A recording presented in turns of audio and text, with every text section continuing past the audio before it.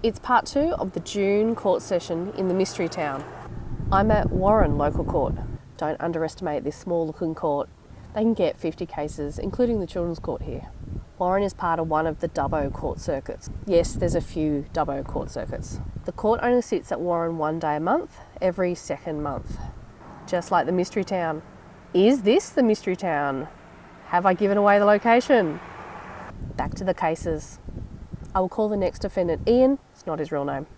Ian has been charged with 1 count of malicious damage and 1 count of entering enclosed lands. It's not explained what malicious damage is, but it's section 195 of the Crimes Act, and we're in New South Wales, which says a person who intentionally or recklessly destroys or damages property belonging to another is liable to imprisonment for 5 years.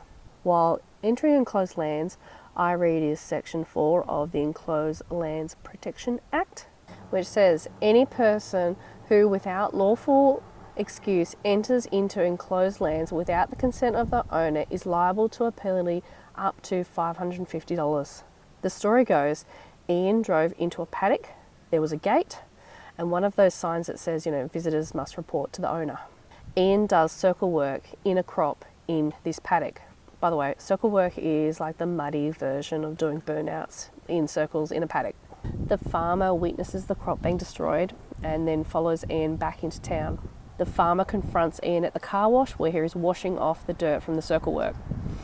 Ian tries to buy the farmer off with a case of beer and $100, but the farmer declines and the police become involved. So that's what's brought Ian to court. However, Ian has lodged a Section 14 application to have the matter diverted. You might remember the last time the Mystery Court sat, a Section 14 application was granted and the person was diverted into treatment for mental health issues. In Ian's case, it's agreed that he is suffering from a mental health impairment, which is the first part of the test.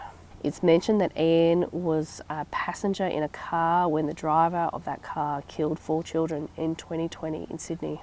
However, the court finds Ian wasn't labouring under mental health at the time of the offending. It's his behaviour, particularly at the car wash, that the court bases this on.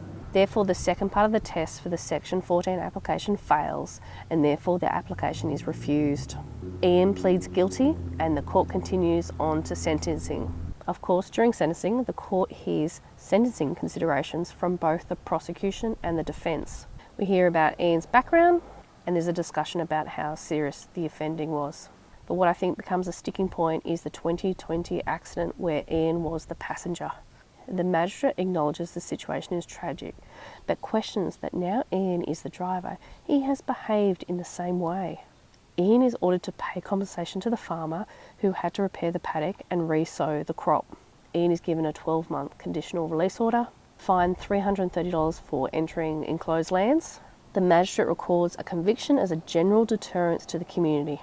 However, I noticed no details of the case are in the public domain. For example, it's not printed in the local newspaper. How can the public be deterred from doing circle work on someone's crop if we don't hear about the case? That's all from Warren Local Court. Is Warren the Mystery Town? I'll keep you guessing.